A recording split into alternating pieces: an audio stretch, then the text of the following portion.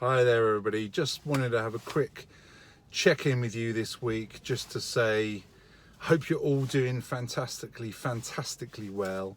I hope your job search is going well. People keep saying to me the market's had a bit of a crash this week. I don't know, I've seen a fair few jobs. I've been posting quite a few roles in the LinkedIn group.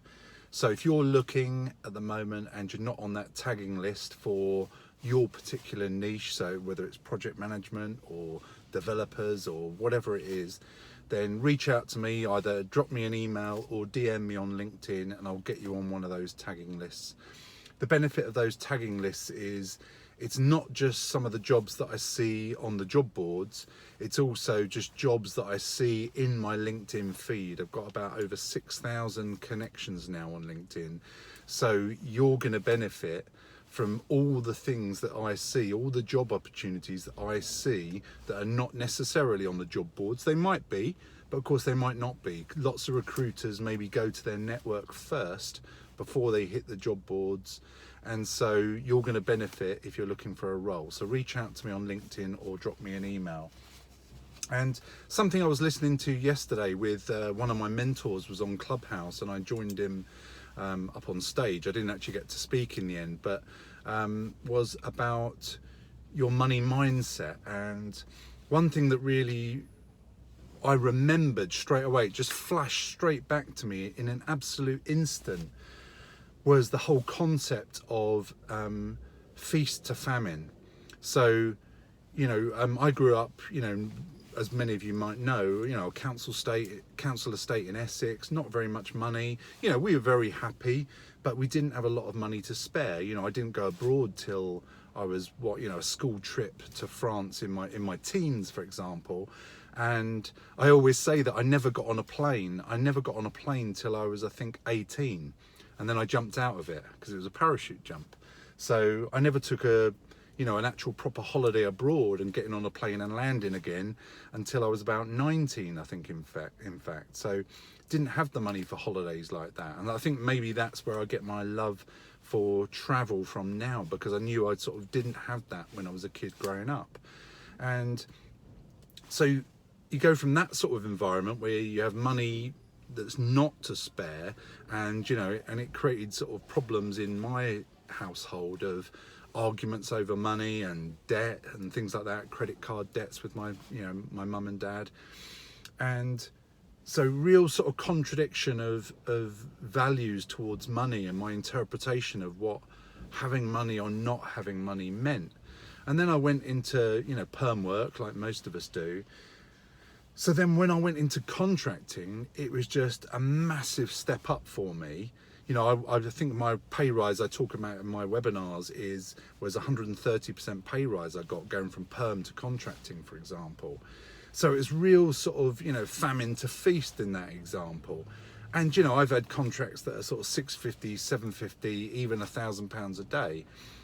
And my relationship with money, it's interesting and funny talking about it now, is that money is not a concern for me when I'm earning 650, 750, £1,000 a day, as maybe it is with you. When you're plentiful, when you've got plentiful money supply, you don't think about it too much. Maybe you don't go and blow it on that Audi R8 that you want, that I want, or those really extravagant, exotic purchases.